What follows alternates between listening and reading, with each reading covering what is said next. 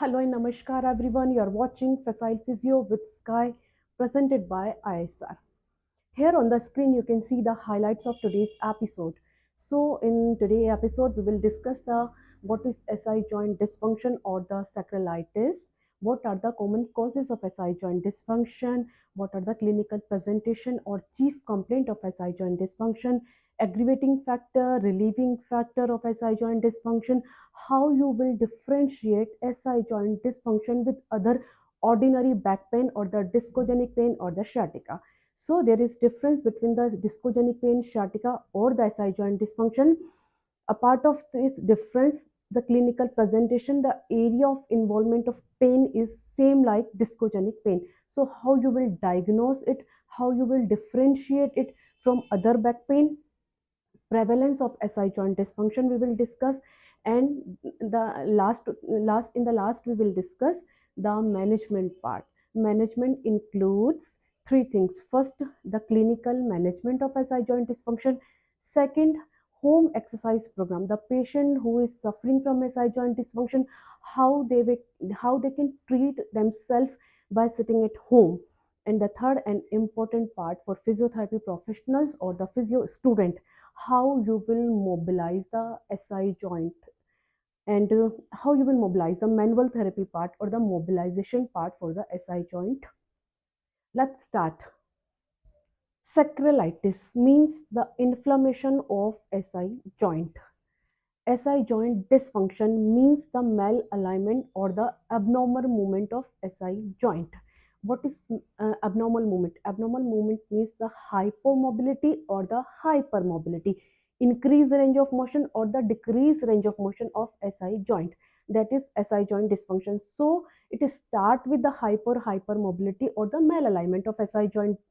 After that, it convert into the sacroiliitis or the inflammation or pain of SI joint. So this is SI joint dysfunction or the sacroiliitis. Now come to the point, why SI joint is important in our body. What is the function of SI joint? If I talk about the function of SI joint, so first, what is SI joint? SI joint is sacroiliac joint. Sacrum is the part of your spine, the base of your spine. Sacrum is the triangular bone which make the base of your spine, the lowest part of your spine, that is sacrum. It unite with the part of hip bone, that is ilium. So sacrum and ilium unite and make a joint, that is SI joint.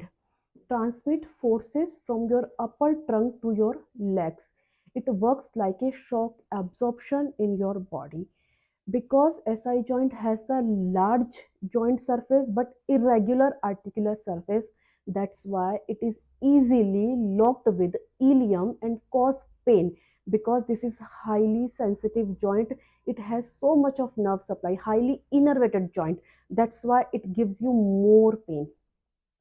Other thing, how you will differentiate it from your discogenic pain, because area of pain, if I talk about the area of pain, SI joint can be unilateral or the bilateral. It can be on the one side, it can be on the both sides. So it can be right side or the left side or the both side SI joint dysfunction or the sacroiliitis.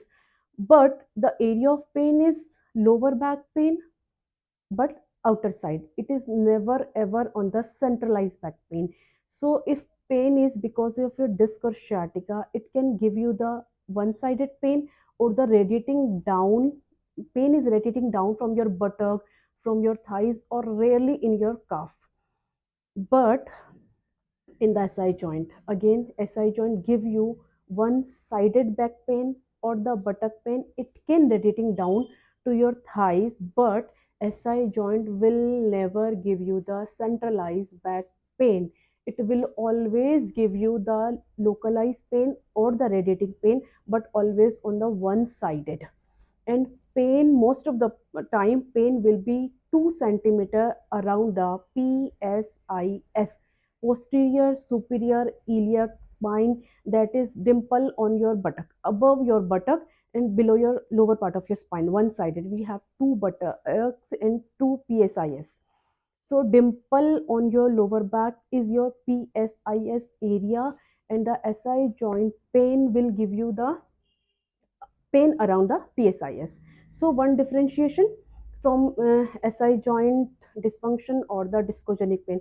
So SI joint dysfunction often misdiagnosed with discogenic pain, but it is very important to understand the SI joint dysfunction, because out of your 100% back pain, out of 100% back pain, 25% back pain caused by SI joint dysfunction, and it is often misdiagnosed, and it is often inconclusive with imaging studies also, because it is uh, difficult to diagnose. That's why it is misdiagnosed with discogenic pain. Whenever patient visit to your center and complain, I have one sided buttock pain, I have one sided lower back pain, and radiating down to your leg, you directly jump on the treatment part. You diagnose in your mind that is disc pain or the L45 L5S1 disc pain or the sciatica, and sometimes patient himself diagnose. He come to your center and ask, I have sciatica and doctor treat me. So if you have 1 hour for the patient, spend your 45 minutes on diagnosis part. If your diagnosis is correct, you will be able you will be able to give 100% relief to your patient. But what we do, we have 40 minutes, 50 minutes, we will spend entire time to treatment part. We hardly spend time on diagnosis. If you have time and if you spend good time to make your right diagnosis, so definitely you will get success in your treatment part. So SI joint is important because out of 100% lower back pain, 25% back pain caused by SI joint dysfunction, and it is misdiagnosed with discogenic pain or the sciatica, and it is often inconclusive through the imaging studies. You cannot diagnose hypermobility dysfunction through the X-ray or MRI. That's why it is misdiagnosed. So diagnosis part is important. In this video, I will cover how you will diagnose SI joint through the physical examination, through the alignment part, or through the some special test for the SI joint dysfunction. So I will cover that part also. Now, if I talk about the area of pain I have discussed, if I talk about the clinical presentation or chief complaint of SI joint dysfunction, first, lower back pain, one-sided lower back pain, but below L5. SI joint pain never go up above the L5. So always unilateral back pain, one-sided pain below L5 around PSIS, 1 to 2 centimeter around posterior superior iliac spine. Second chief complaint, pain may go down to your buttock, groin or thigh. Third, patient may complain pain during turning in the bed when patient try to lie down on one side on affected side. When patient try to climb up the stairs, pain may aggravate, and other cause or presentation will be patient will complain, I feel momentary pain or momentary lock in lower back pain when I try to get up from the bed or chair. Just 1 second or 1 minute pain while patient is sit to stand position, going sit to stand position, whether it is from bed or from the chair. So rising pain can possible, buttock pain, thighs pain, radiating pain, always on one sided pain below L5 around PSIS. That will be the presentation for, or the clinical presentation or the chief complaint for the pain of SI joint dysfunction. If I talk about the causes of pain, first cause, motor vehicle accident. Second, fall on buttock, when you fall directly on your buttock on the ischial tuberosity. Third, patient may complain in postpartum, after normal childbirth, postpartum, due to release of relaxin hormone, patient female can get SI joint dysfunction. Other reason can be adjacent segmental disorder, means any nearby joint of SI joint has hypo or hypermobility because of any reason, like patient has gone for lumbar fixation surgery. So lumbar has the hypermobility, less mobility, decreased range of motion, will give the compensatory hypermobility to SI joint. So adjacent segmental disorder or lumbar fixation surgeries or any kind of spinal surgery can give you the SI joint dysfunction. 75% more degeneration has been seen those who has gone for any kind of spinal surgery. So spinal surgeries, lumbar fixation surgeries can also give you SI joint dysfunction. So avoid surgery if it is not very important or the mandate. Other reason is ankylosing spondylitis, means inflammatory arthropathy like ankylosing spondylitis. In the ankylosing spondylitis, SI joint is the first joint which get fused. Tuberculosis of spine. Port spine also can give you the SI joint dysfunction because of decreased range of motion or the infection. If I talk about the other reason, it can be infective arthropathy, inflammatory arthropathy, any surgeries, adjacent segmental disorder, postpartum, or the person who has frequently bending and lifting activities. If you have a profession or work where you have to frequently bending forward and the lifting and the twisting activity, that can also give you the SI joint dysfunction. So these are the chief complaints, clinical presentation, or the causes of SI joint dysfunction. Now talk about the aggravating factor or the relieving factor for the SI joint dysfunction. If I talk about the first aggravating factor of SI joint is you're trying to sleep on affected side. It may aggravate your pain. You're sitting on sofa or low sitting, low chair. It can give you the pain if you're sitting without back support. It can give you, you're sitting on the bed, it can give you the SI joint. It can aggravate your pain. It cannot give you, but if you have SI joint dysfunction, it may aggravate your pain. Too much climbing up and down, too much sitting, so sitting for long time. You are standing on your leg, but you are shifting your entire body weight on one sided leg. So standing on uneven weight distribution, your body weight is not distributing evenly on your legs. It can aggravate your pain. You are sitting on one sided buttock. Sometimes we sit but we shift our entire body weight on one sided buttock. It can aggravate your pain. If I talk about the relieving factor, sleep on unaffected side, sit with back support, do not sit for long time. You are taking postural breaks. Hot fomentation, cold fomentation, sometimes cold pack, ice pack, hot pack can give you the relief, and avoid sleep on your affected side. If you sleep on unaffected side, normal side, it may relieve your pain, or painkillers can give you the relief in some level. Diagnosis of SI joint includes gait analysis. First, active and passive range of motion of SI joint include spinal range of motion. You cannot isolate SI joint from spine. So you will check active and passive range of motion of spine includes SI joint. You will check the tenderness around the PSIS area. You can perform some provocative test on the patient like SI joint thrust, SI joint compression test, SI joint destruction test, shear test. These tests you can perform on the patient to confirm your diagnosis. After gait analysis, after active and passive range of motion of spine include SI joint, after provocative test, you can check the patient sitting pattern, how patient lie down on the bed, how patient climb up the stairs.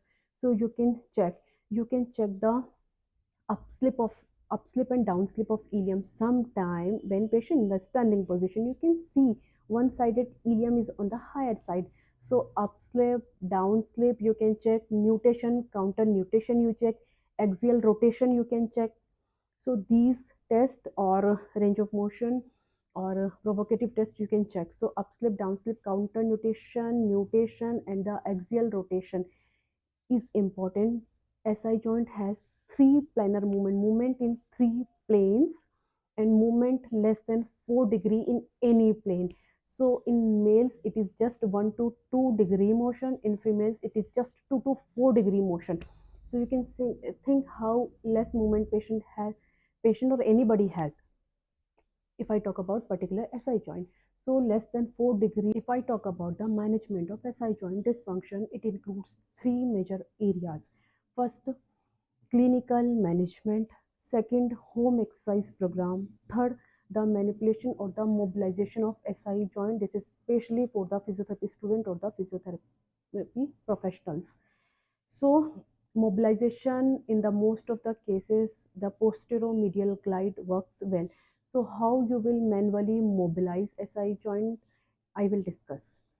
So clinical management includes ultrasound, TENS, exercise part. Exercise part we will discuss lumbar stability exercises, multifidus strengthening, core strengthening, gluteal strengthening, and the stretching of tight tissues. So at the clinical setup, you can do the electrotherapy part, machines treatment, and the exercises. At home, what exercises, easy or effective exercises you can do by sitting at home, I will discuss in this video. And the glide, which manual therapy part or glide you can give, and you will give this glide will help you in 90% cases. I will discuss that. Let's start. Okay, let's start. 5 spatial tests to diagnose or to check involvement of SI joint dysfunction. Okay, so first we will do the Faber's test. In this, patient will lie down supine, will do the flexion, abduction, and external rotation of the hip joint.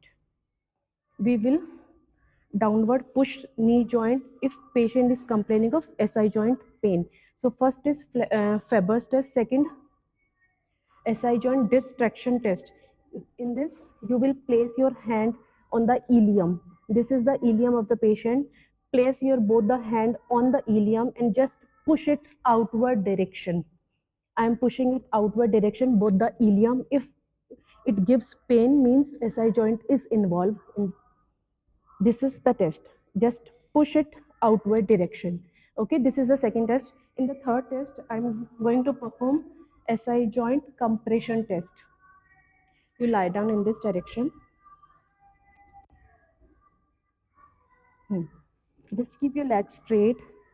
Hmm. If patient has this side SI joint involved, I will ask to patient lie down on the sideline position. I will just compress from here. If I am compressing from here, it may provoke SI joint pain. So I will compress from here. It will give pain, means SI joint is involved. This is the test. You will perform that way. You lie down on stomach. Ulta leto. Hmm. In the 14 finger test, I will ask the patient where is the patient. Patient will pinpoint a finger around the PSIS or the SI joint, means the 14 finger test positive. Next test is sacral thrust.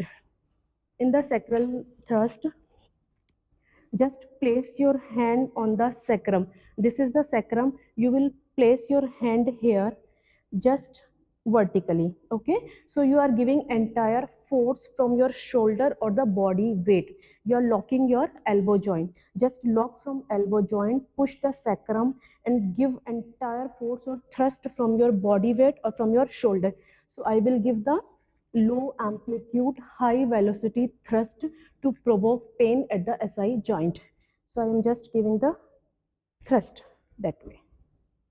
Thank you. After a special test of SI joint, we have already diagnosed there is involvement of SI joint is there.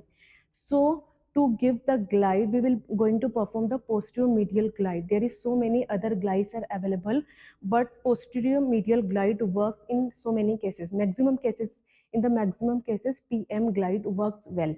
So we are starting here. I will, if this side is involved, I will stand on the opposite side. If this side is involved, I will be standing on that side. So I am treating this side SI joint. So I am standing on the opposite side. So for one hand, I will stabilize the sacrum, and with other hand, I will hook the ilium. This is the ilium. I am going to hook the ilium bone. I'm stabilizing from here. I'm hooking the ilium bone. Now I am pulling ilium posteriorly and little bit medially. So I'm giving posterior medial glide of ilium. Okay, so this is posterior medial glide. I'm pulling from here. little bit medially and posteriorly. I'm stabilizing from here, and extension is painful for the patient. So I will ask, maintaining this glide, I will ask to perform back extension. Do back extension. I'm just maintaining glide, go down. I will be bending with the patient to synchronize the glide. I'm maintaining my glide, come up, come up, come up, go down. So we'll do 6 to 10 repetition, 3 set if extension is painful. Okay. Now I'm showing the same glide for the flexion. If patient is complaining pain in the sitting or bending forward, means flexion is painful. Come in the all four position. Hmm. Keep your knees apart little bit. Yes. So again, in the same position, there is cloth, but you perform glide without cloth. Okay. So just maintain glide from here. I'm again hooking the ilium bone. I'm pulling it posteriorly and medially. Now try to sit on your heels. I'm maintaining this glide. Patient will do 6 to 10 repetition. Go. I'm maintaining this glide. Patient will do 6 to 10 repetition. 3 set. So maintain glide, do lumbar spine flexion. Flexion for the LS spine. Relax. So thank you. We are starting a home exercise program with the most effective exercises for the SI joint. You can do these exercises by sitting at home. So in the first exercise, we will use ball. You can use a soft pillow or the soft ball. Place this ball between your knees. So first, squeeze your both hips or buttock. Press the ball and raise your lower back up.